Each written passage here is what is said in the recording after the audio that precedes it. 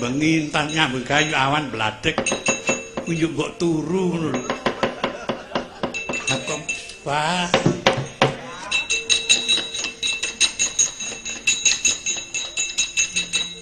Oh Petruk. Dandan sepatu kok sepatu napa sampeyan ora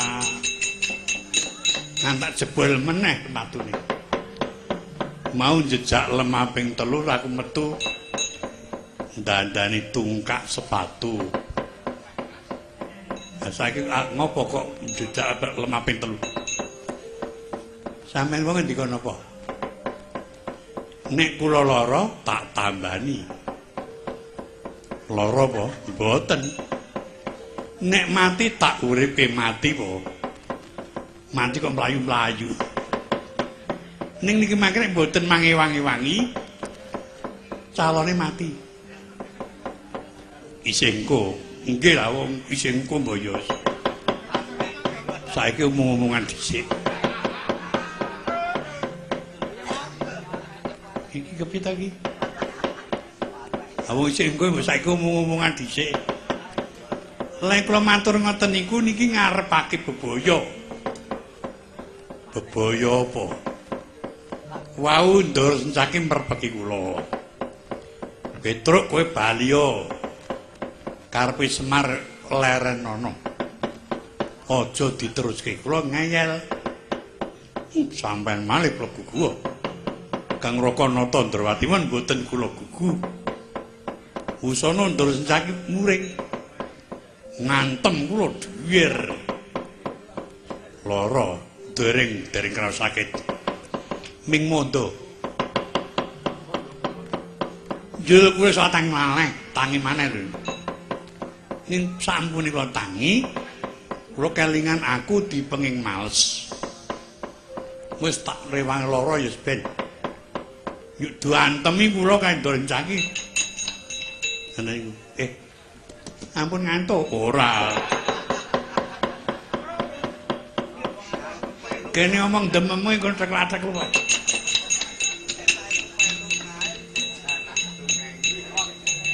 Jur saiki bareng kemuring rencang ngatok godo wis kuning. Ora minggat antem godo wis mudar. Tak kenapun sutran ketara kasar le ngendikan. Mbok dipethoke rek mati tak uripake. Anu mawon, Den. Le ajeng nambani ngangge napa to? Sungut. Kang tak urut ku tak wedake ning awakmu sing lara. Mari nek tak wedhek awakmu kowe dong mati. Urip. Niki ape ngoten mawon sungute kula gawani mawon. Dadi ana apa-apa mangke kula pun mboten napa. Ora kena didhetet dengkulmu. Njuk niki pripun niki? Wis. Aja semlang aja nganti ketok nek aku bantu kowe. Aku tak manggon-nggonmu. Ning liwet dhewe. Sakniki-niki napa-napa larang. Golek duit kangelan usahane ning dinggo ngecake kanan mboten sepinteno. Ngoten niku. Luwe-luwe kok yo dilerai nyambut mati.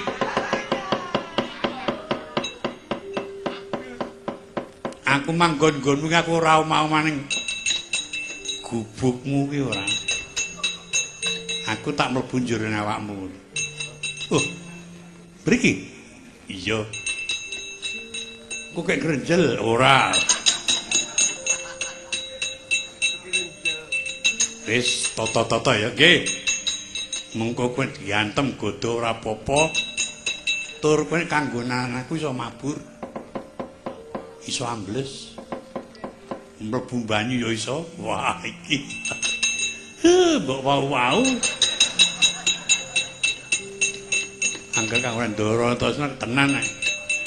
Nyolong blumbange sapa-sapa tak gogohi wae. Aja ngrugekke wong liya. Kaya nyebur nyolongi grameh. Wis ngapet-apet, Kang.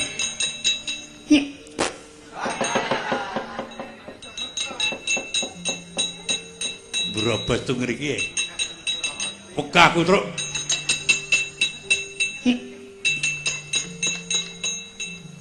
Kayak wis wae. Kan sing atus wetenge ora gek mlebu-mlebu. Kang yo kena gek toto-toto kaya.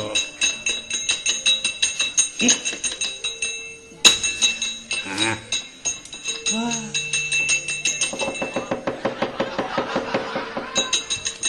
Waduh. Ampun tenan iki. Ngungkuli Ndara Gatotkaca ya. Mang tamake godo sampean, Dek.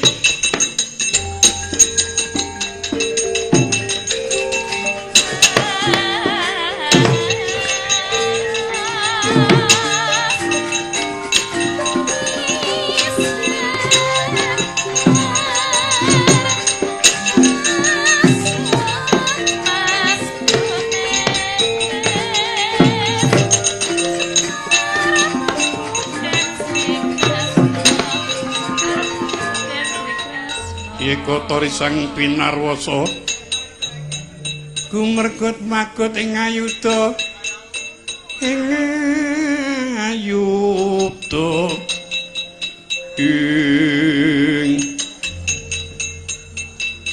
kowe pancen adol kekendelan aku nyekel godho iki aku nesu tenan lah kok Petruk ora mundur malah maju kula pun duwe tekad praya kok aja ming lara mati kula lakoni. Mang tamake godo sampean, Den.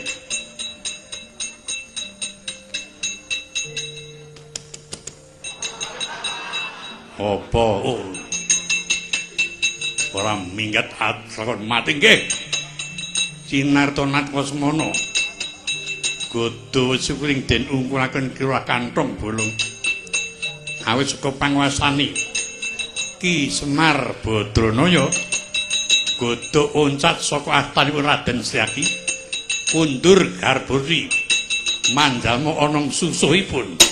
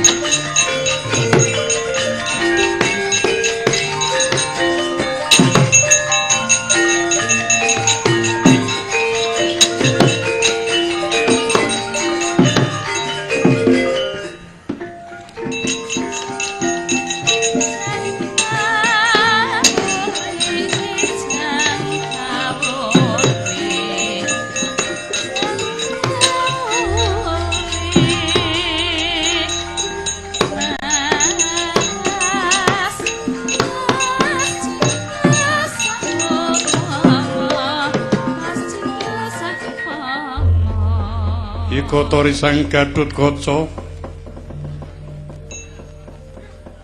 sigra nampak arga suta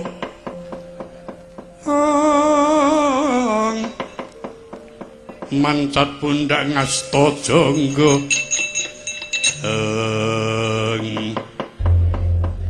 kula tingali paman kados mundur kuwirangan. Abduh nggih ketiwasan nggih wonten menapa paman rikala kula ngemban dawuh saking kengwa supados manggi Petruk Busana Petruk kula paring pangandikan ingin kathah-kathah boten dipun anggep nyepelekaken dhateng kula saking gempuh manah Petruk kula tantang. Lajeng Petruk ajri. Mboten malah wani kali kula. Kula porangan mboten males. Namung damel wirang. Ger. Sareng kula kuwirangan pun nyepeng godho. Petruk lantem godho. Godho wesi kuning oncat saking tangan kula. Kados wonten tulas sarik ingkang wonten angganipun Petruk kantong. Nyuwun bantu nggih. Mongko Petruk saged mabur. Mabur. Inggih. Nyamber kula sujud-sujud. Wonten paman nyamberipun Petruk inggih saged buyer. Mboten ngambuni sarung niku lenggah mangke kula potholipun.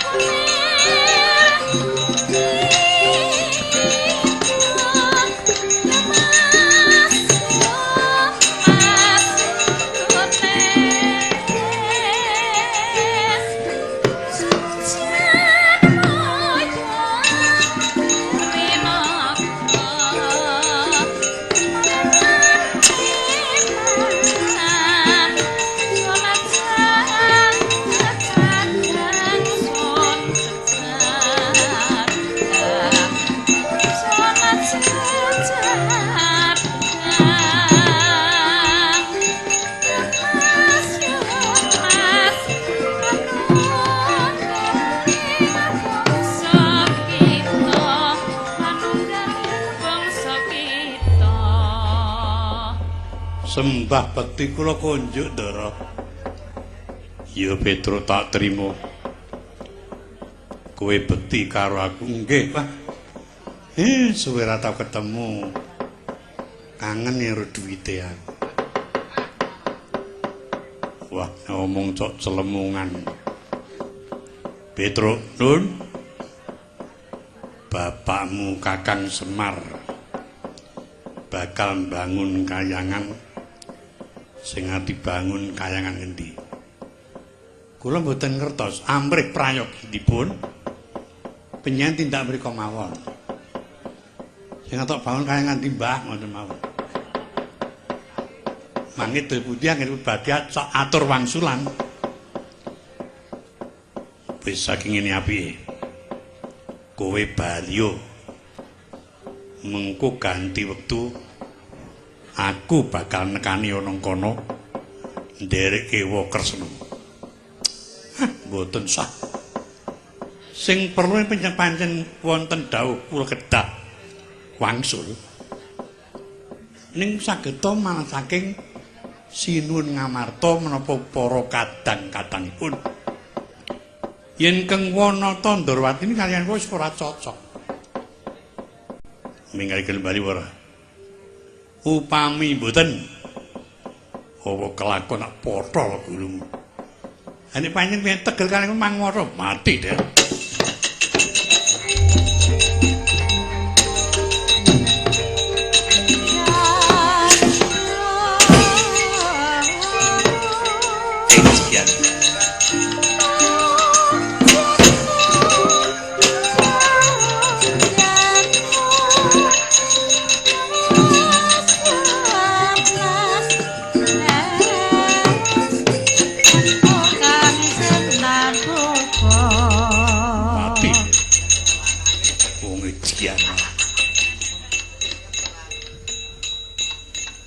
Gune awake melu mubeng. Rane wong sing dipotho do matine wing kurang rigen jajan. Nek ngriki duntir kene katut ya ora potho-potho.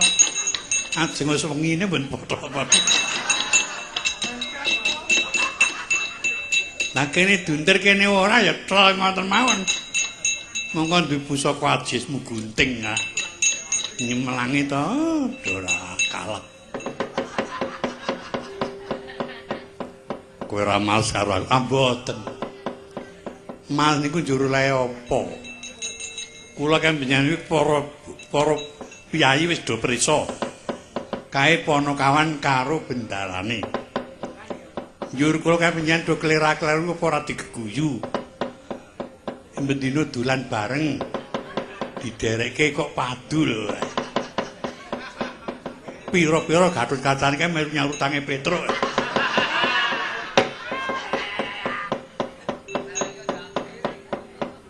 Gini kok ya orang. Panjenengan menika kalian kula pun kedanan kesaenan, Den. Mumpun kedanan kesaenan. Rikala jaman semanten panjenengan badhe pinanggih keng Rai Pergiwa. Oh, lah kula mbilani kaya napa. Nggih ta? Panjenengan dipek apa di caosi layang nek ora cida daup nesu. Awake dibanting-banting. Mabur nibo beres. Ayo ora apa-apa Kang Tiwikrama iki kon. Sing meremuk mah watu-watu. Iki jenengan nuwun. Ya boten nembang kenanti sandung to piye nika.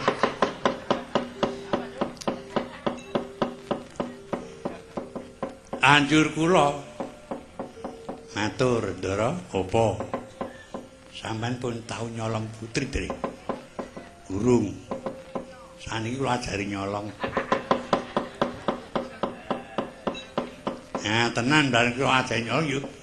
Ndara pergo dadi bojo jenengan. Kula melu nglakoni cilaka. Saja tomong ki sapa-sapa. Aku isin. Mboten sak isin wong. Karo kancane. Ndara Janaka niku sambal kae Semar Badrayana pun bola-bali. Biyen. Lah, wau kula pinanggih keng Rayi Ragil Ndara Antasena. Bapakmu kae kompol isi madu ngene. Iya nek sing dibangun Kayangan Suraya, iya yen omahe bapakmu yen rohanine para Pandhawa yo ora padha dileksanani apa ora kapitunan. Ing mancat pundang asta jangga gembung pating kalundung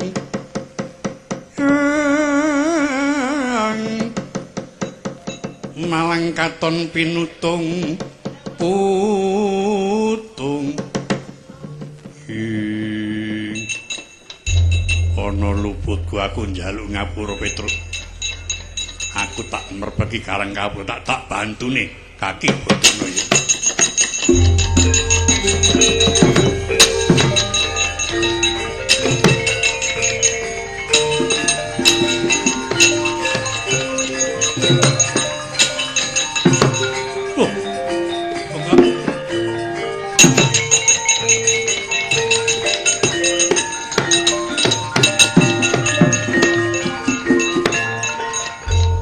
Ana apa kok mengeng men wae.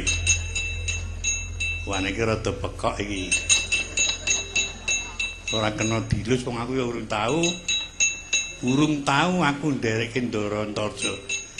Aku mung ora seneng le pekok apa-apa. Ngeplak. Aku wangsulana ana apa kok men wae. Nembe pinanggih keng Rai Ndara Gatot Kaca. Sareng kula ndunging ing werni-werni Ndara Gatot Kaca njur ngendika ya tak nang Karang Kablutan. Mergo kena pengaruhmu ya. Sing jenenge Petruk Gareng Bagong kuwi pembujuk elek. Ayo mikir. Ora gelem bali ngati-ati. Lha ning ajeng mang napake. Wong kula mboten wonten rembug sula kan panjenengan. Panjenengan kali kula kok lajeng ngendika mengkane ya kleru to. Monggo disabarke. Dadi satron iku surasu sing sarwa sabar gokan mati.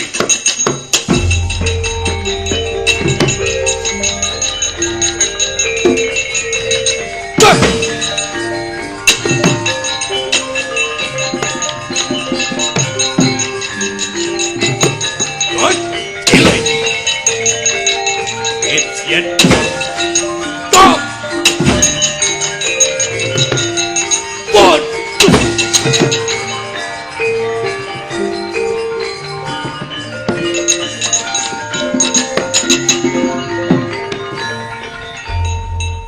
Irungku kok ampuh ya.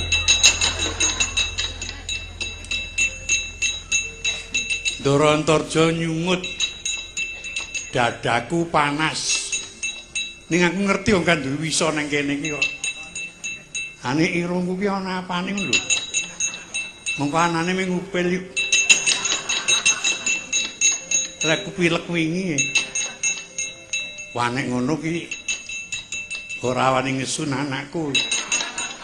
Karo mbone. Amati mati tak sun kok model. Gus dinteni awih tandingan kok.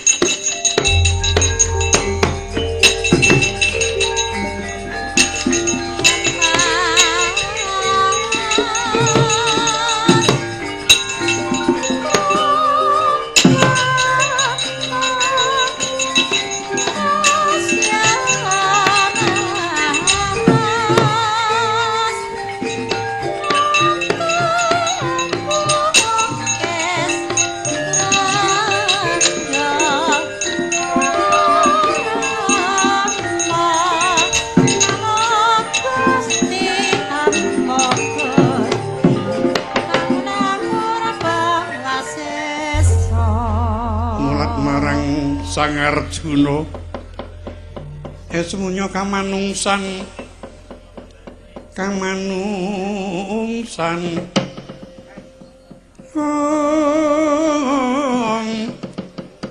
liringi koti kamantian lono kongas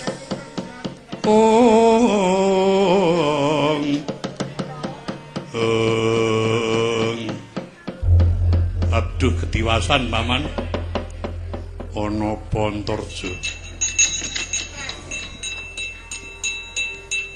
Kula kadhawan wa Kresna manggi Petruk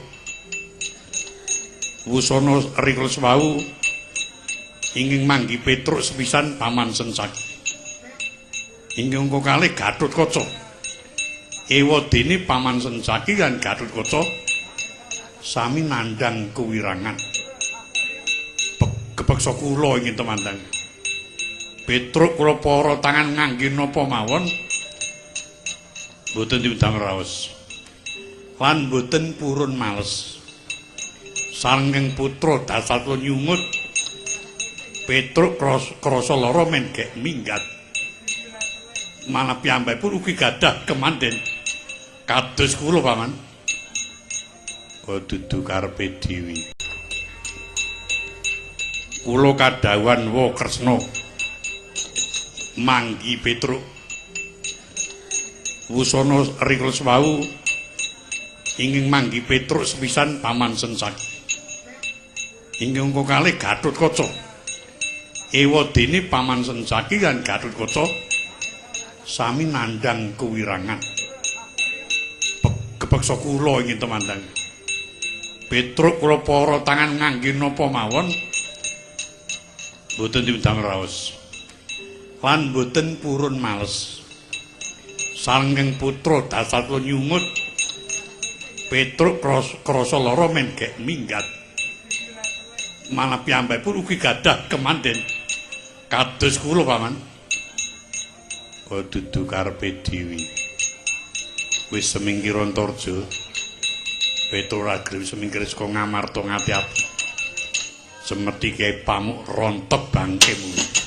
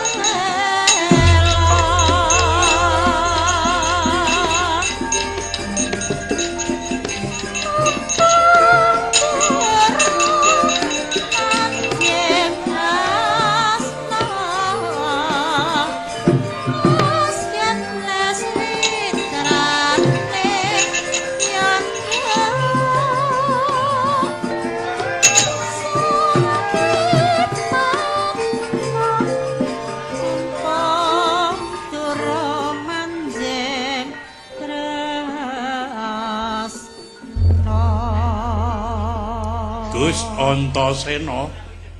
Anu apa, Truk? Niki nek mboten klerep pusaka-pusaka ta iki. Kelima sada tumbak karoloke kara welang. Song-song tunggul naga. Ayo kuwi sing dikersake bapakmu to nggih. Ming tiga niki kok ane kok cakra barang do menyang niku. Ya mesti mengko rak bisa tata jalmu. Petruk aku sing merbagi kowe aja nganti tok bacutake nggonmu Pancakara. Petruk aja tok bacutake nggonmu nguja kamurkan. Petruk aku sing merbagi kowe.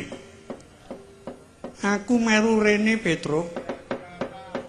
Ha niku do omong dewi-dewi. Senajan to niki pusaka karang biyen-biyen niki menungso do bisa tata jalmu. Ha iya. Sampeyan rak pusaka kelima sada. Iya Petruk aku kelima sada. Kalian tumbak kara welang. Iya aku Petruk kali song-song tunggul naga. Iya aku Petruk. Ini kok senjata cakra. Iya aku Petruk. Sampeyan iki ora mlebu daftar. Kok dadi melu ngebak-baki montor.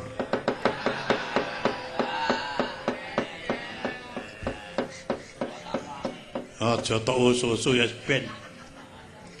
Lah karang yo ngoten niku. Aku bakal mbiyantu sediani Kakang Semar. Anggone bakal bangun kayangan. Ateges bakal benerake marang tingkah lakuning para Pandhawa. Lan bakal medharake apa sediani para Pandhawa. Cocok ngendikan jenengan kok Den. Lah mulane kuwi. Aning yo kepripun? Yen panjenengan mriki njur kula gawa upamane napa kinten-kinten kula ora keluputan senadyan kula mboten nyolong. Ning sakniki niki sing dibuktekke niku dudule nyolong. Buktine kula mboten nyolong ning ketaman bukti. Sampeyan melu kula mesti kula bakal didakwa yen nyolong pusaka. Mengko sing nanggung nyawamu aku. Sing nanggung kowe aku Petruk. Kowe nyuwun prisa. Nek upama tindak ana karang kabutan kowe kudu piye? Niki pripun upama ta kula nderek panjenengan? Mongko kula niki mboten iso mabur. Asing marake mabur kula pun metu iki. Jane mbok yo mengko-mengko ngono lho. Aku bunek nang njon wetengmu iki. Wis saiki kowe nyekel ana aku Petruk. Tak jak ngamban Jumantara. Ning ampun ditibake sak nggon-nggon ora. Ya pripun senjata cakra kok? Ditampa mboten? Arep melu boyo ben. Mangke nang kono ora iso nyambut gawe. Ngecare ramuni. Ora Petruk aku melu kowe Petruk. Sampeyan Den pripun? Engko tak tututi kok.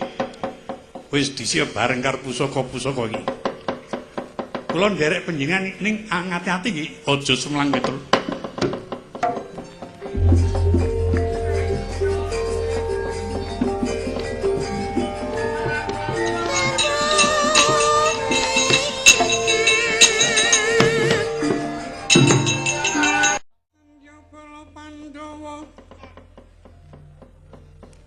Mulat leparing para pusaka kumlebeting bandira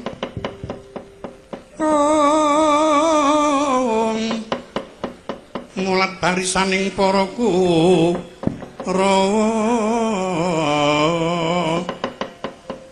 bendi perimunyo mangungkung inggih kono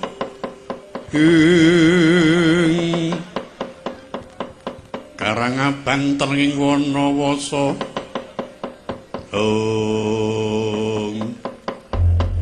Antarja nuwun wonten paring dawuh. Dimas Sencaki wonten dawuh. Kepiye nggonmu methuke Petruk? Wah, kula kuwirangan, Paman. Kula semanten iki Kang Mas, kula kuwirangan. Kok iso kuwirangan? Petruk kula dawuh wangsul mboten purun. Malah kula gregeten kula para tangan. Iki mau apa, Kang? Iya. Lah apa Antasena ora denger aku. Aku agen tas teko. Lajeng Petruk kula sungut supados wangsul nandhang jebul Petruk saged nyumut. Sungute Petruk ya ampuh. Iya pancen ampuh. Edan aneh teman Petruk. Kok disungut barang ngono. Ngaturaken kauningan Kang Mas. Apa? Kula majeng menika dipun damel wirang kalian Petruk malah mamelken Petruk saged ambles. Saged ngambah Jimantara. Kok aneh temen. Aneh iki kepetung aneh iki. Kok dadi wani mabur bareng kok. Ya ajare ya yah apa ngono. Ning ngene Kang. Aja njur kowe duweni rasa kuwatir yen Petruk kuwi le ampuh kuwi mergo saka kadigdayane. Lah saiki njur tritinen iki minangka kanggo sasmita. Awis senajan to kowe digdaya sing kaya ngapa? Yen kadigdayanmu kuwi tok nggo sesungaran, tok nggo pamer, cok ora mandi. Mula diling-iling. Aja duweni watak kang kumingsun, adigang, adigung, adiguna. Karo sapa wae iki tak suwun supaya sing andhap asor sareh. Ngono mengko ndak ketanggur ke wong kaya Petruk ora ngisi di sini. Antarja kok kalah karo Petruk. Ya ora Lek. Iya narak ngono. Lah nek cara aku ngono pamane Petruk ya ora genah. Angger domongi sok ngeyel ngono. Kok tak omong ya ora nggugu kok. Lho, jare teko gintal. Oh, nding. Tak pikir-pikir kok kaya ana wadi ngono. Gatotkaca ngendi sampun rumiyin. Miturut saking ginemipun Petruk badhe merpeki Karang Kabulutan. Oh iya. Yen ngono tak kandhani ya Antarja. Sejatine Kakang Semar kuwi bakal didandani. Bakal dimulyake kuwi rasaning para Pandhawa tuwin para putra-putra. Padha ngesake lan gugu nggone bakal bangun Kakang Semar. Ateges bakal tambah lan wuwuh kawruhmu. Oh, yen katen kula sami kantun nderek paman nggih mawon. Kula semanten nggih nderek Kang Mas. Pak Sri Sencaki, kula kowe ditampa ya ora ditampa ya ora. Kena ngetutke ning bisa klebu dadi rombongan. Sababipun menapa? Awit Wakresna karo penemune Petruk ora cocok. Mongko kowe kuwi adine Wakresna. Ya nek pancen pikiranmu ki mulung tenan nderek Pak Trisdiwa katut karo aku. Engko nek separuh kene separuh kono jajal. Nandel ora. Mongko watake Sencaki karo aku tak kira beda. Separuh kuwi lho nang kene separuh nang kono. Oh yo lengene akeh kono piye jajal. Asing ora-ora. Mesti milih kono kok modal. Mbok yo ora celengongan. Antarja, wong dawuh tak nututi Koko Prabu. Kowe kabeh padha tata-tata jaga ana sak jabaning rangkah Karang Kabulutan sedya paman.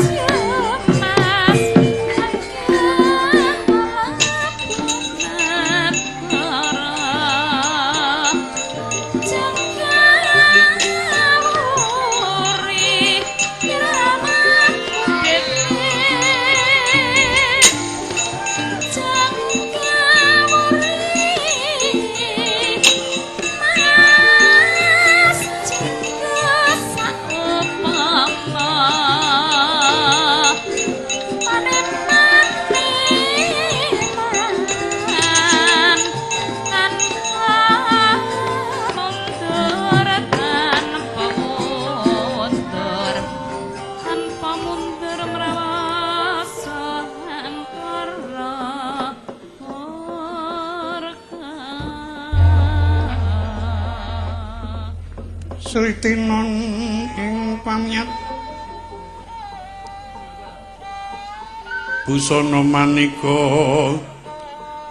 warna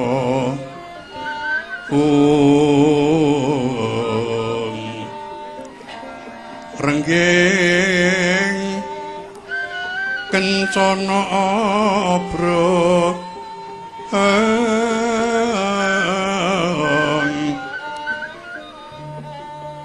bandira layu kumitir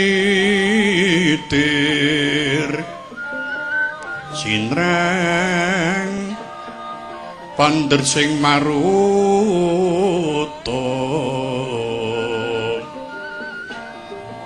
serna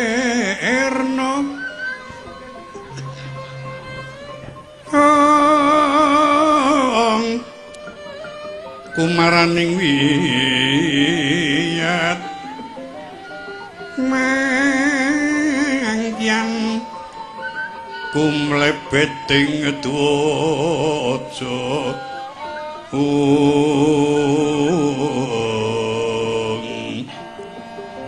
surusu brasta kayu kaprapal ron mauranjraing siti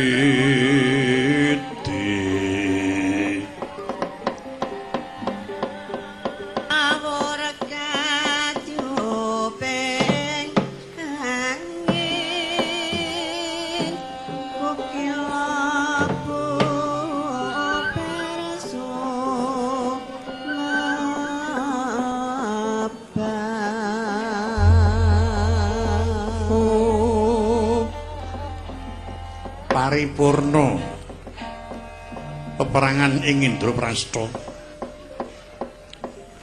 karna sangka muntaping para putra-putra nundung kirah kantong bolong kanthi darbi watak ingkang deksura nanging kirah kantong bolong lembut ing pambudi dipun biyantu dhumateng Raden Antasena mula sedaya para kamurkaning putra-putra Pandhawa boten wonten ingkang dipun layani lan boten wonten ingkang tandingi dening Kira Kantong Bolong. Busana sami mundur kewirangan. Dupi paripurna rika swana para pusaka tansah tutwuri sedyanipun Ki Semar Badranaya ing kono sumedya tumengking karang kabrutan anyarengi Kira Kantong Bolong nata Ndrawati Raden Janaka saknalika sami uncat saka bumi kraton Ngamarta swan ing kayangan Junggring Sloka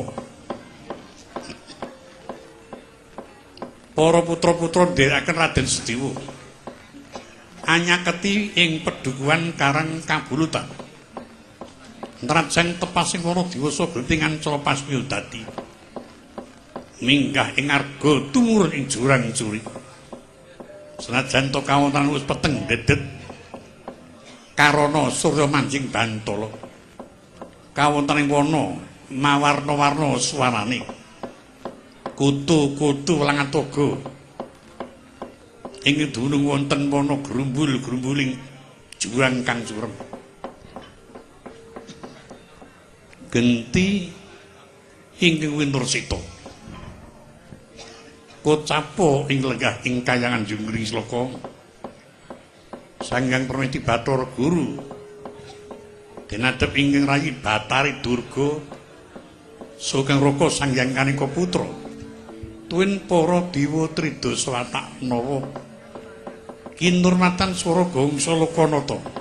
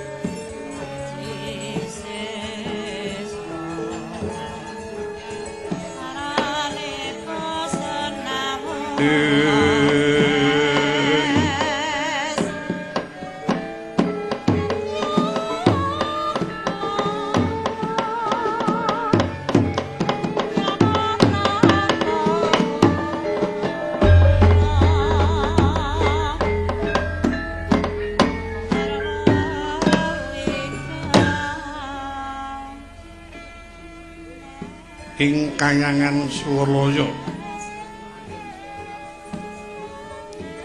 Junggring sloka ya kahyangan ing Giripati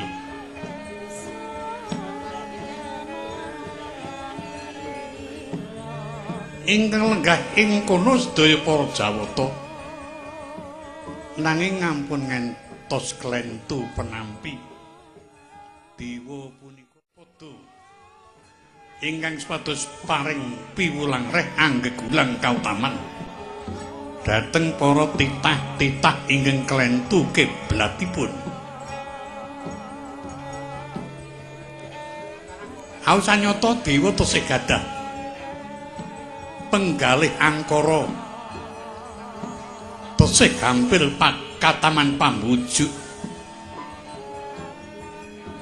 durga semana mengkeraken Gunung Jamurdipa kinarya analiti marang kawontening jagat kang nyolowati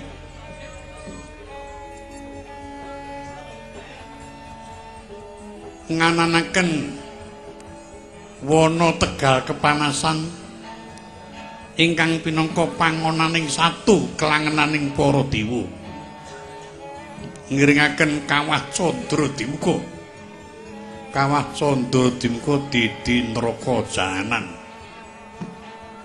puniku kawahipun Gunung Siulaulu ingkang sering pinangka paring pidana marang para dewa-dewa ingin rak dhateng paugeran angayunaken pelataran Kuwandawaru kang minangka pasibaning para dewa Tridasa Wataknawa nenggih kocapa kalenggah wonten dampar Marsupunda manik ratuning para dewa kang kepanguwisik Sang Hyang Guru ya Sang Hyang Girinata ya Sang Hyang Caturbuja Sang Hyang Surewah Randu Gumbala kang naka semanten lenggah jajar marang rayi Batari Durga ing lenggah ing kayangan Pasitran Goldomayit yuk kayangan Dandang Manguri niki kutapa kamunggi ngarsa inggih raka pepatih ing Swalaya lenggah ing suduk pangudal-dal Sang Hyang Nuradursi kanika putra mengkeraken inggih putra Bathara Penyarian kocapa katungka maing sinuwun nata Ndrawati Prabu Kresna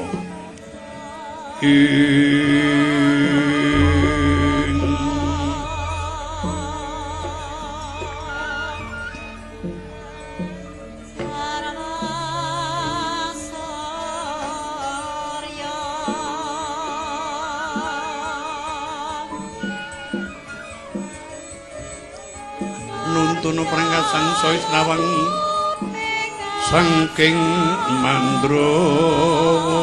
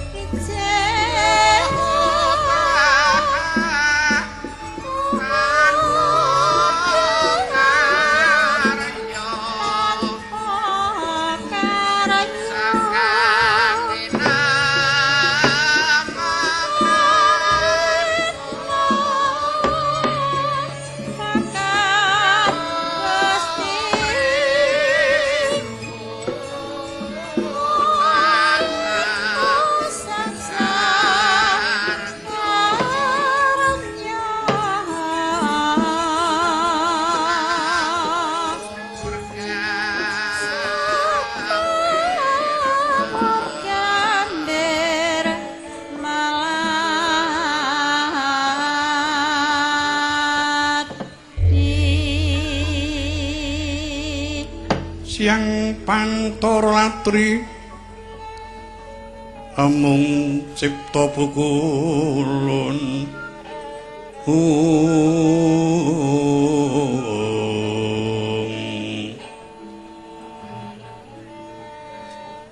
talian kang kaeksi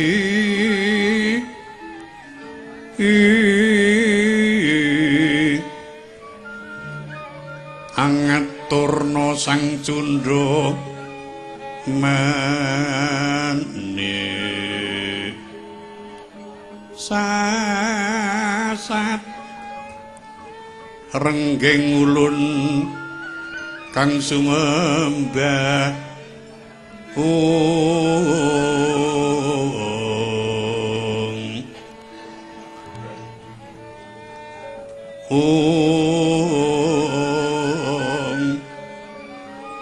sasat sampun prapti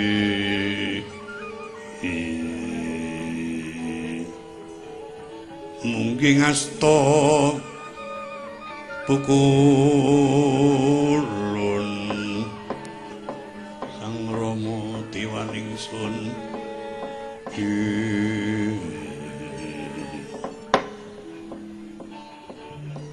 Ungat Jwaladi Sangayu Palungguhan Ulun Adi Batari Wong Patik Lodro Dewaku nuwun wonten paring pangandika ing adhawuh Kulun miji dhateng ingkang rayi Marta Prayogakna jeneng kita sowan kula nuwun kados boten kirang prayogi sungkem pangabekti kula kunjuk Sandapada wis ulun tampa Kakang Kanika Om Siwarsana Dhi wenten paring pangandika ing adhawuh Dhi kadiparan pawarta sajawining rangkah para putra-putra Jawata menawi adi ndangu bab puniku engetipun niraka kados boten wonten Jawata ingkang nglirwakaken sedaya sami sowan netepi dhateng kewajiban lan boten badhe nguci wani penggalih Di syukur bejo sewu penyarian nuwun wonten pangadhawuh Rama Pukulun kita prayogakna sowan ana ngarsa Ndri ngestaken dawuh saderipun kula lenggah inggih putra sampun wisiyaga wonten pasuwanan kejawi saking menika kepareng aturaken sembah pabekti kunjuk Sandapada wis ulun tampa pangestu ulun tampan sanget anggen kula mundi Kakang Kanika nggih kadiparandi marmani Kakang rada tebih ulun sagetaken ingkang ranyi badhe nyuwun prisa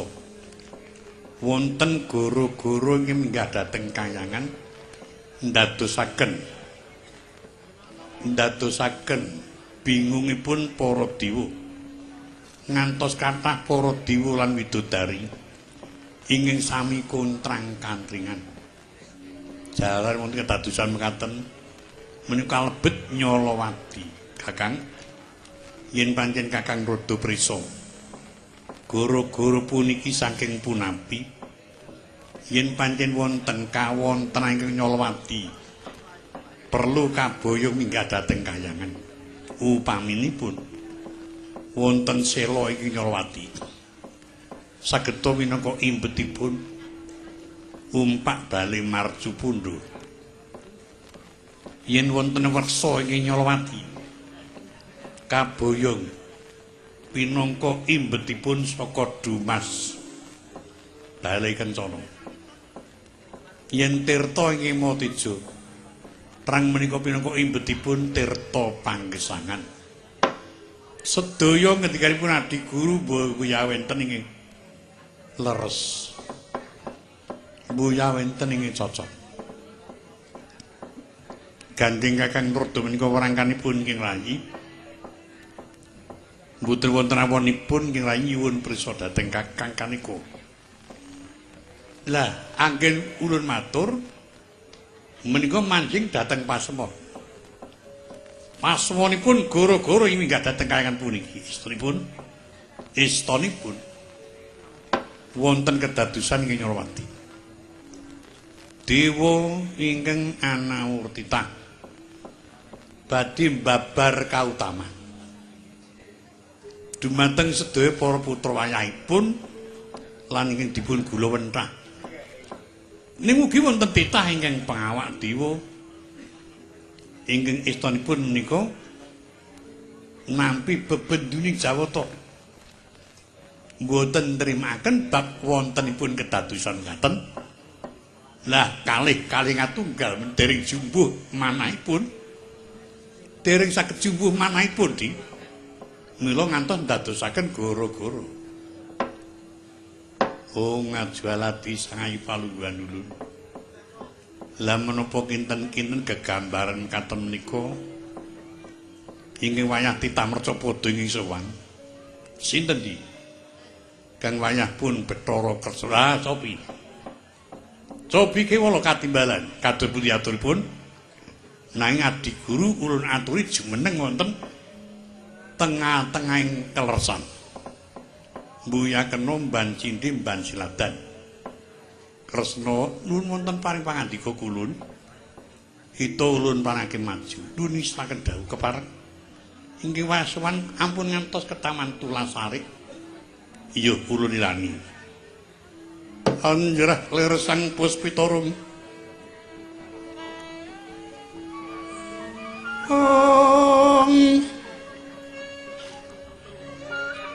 Katiuping sang Mirana embre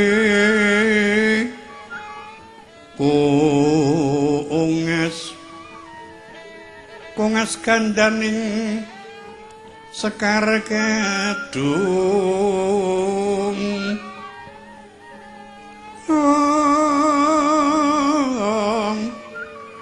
kasiliring Samirana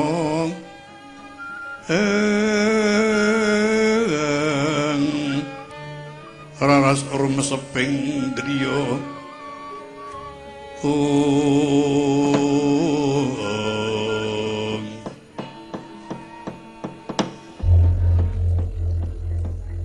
padha basuki kita sowan kulun nampi pangestunipun ingkang pukulun winantu Karajan Nirsambikala kepareng wayah Pati Bropujang kara kula ngaturaken sungkem pabekti kulun ya ulun tampa pangestu ulun tampan ana kapundi mugi dados saya nur cahya Kresna kita padha basuki ya pangestunipun pukulun nurada kados widodo lampah kula sembah pabekti kawula kunjuk kula ya ulun tampa ana wigatipun api kita munggah ing kayangan tanpa ulun timbalingan ing geterake kayangan gegerke para dewa sasampunipun pukulun sampun anabda mekaten keparenga wayah Pati Bro kula munjuk atur sewu kalapatanipun wayah nyuwun guwi samudra pangsami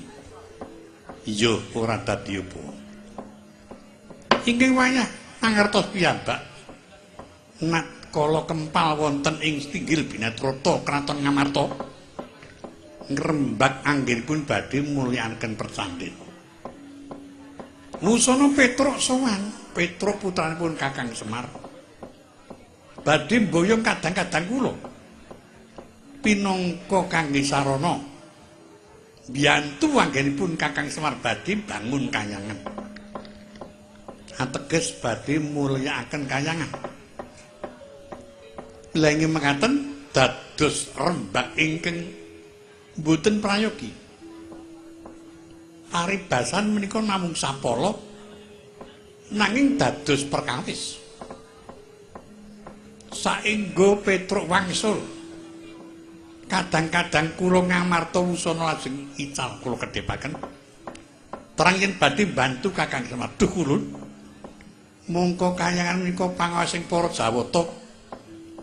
Yen pancen kulun lilani Kakang Semar badhe bangun kayangan inggih wayah siaga badhe nututi para kadang biyantu Kakang Semar nanging yen menika Kakang Semar dianggep titahing lepat kados pundi caranipun saged paring pengajaran dhateng kelepatanipun titah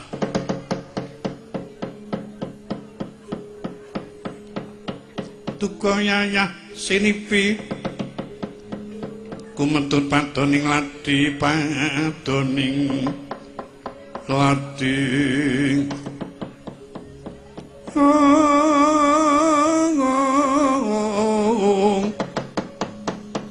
jojo bangawingo-wingis tinaping muka kadululir kabeh ranang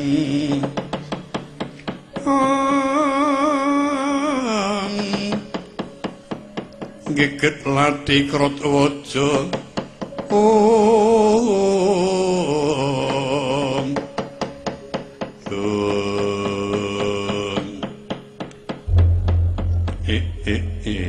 iya ulun tampa nggih senadyan to kepiye wae Kakang Semar tetep luput awit kayangan dudu kewajibane Kakang Semar niki wis to dina iki kita ulun utus aja nganti ketara yen dewa bakal paring uninga utawa ndandani keluputane Kakang Semar sing nganti disekseni para titah. Becik kita meduna nomor Sapada, Kakang Semar boyongen mrene.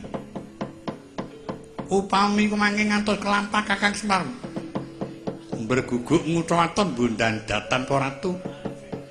Dirudo parweksa budi sembadani bangga dirampungi. Awit kuwi bakal nyampar mestaka nglumpati widanganing dewa.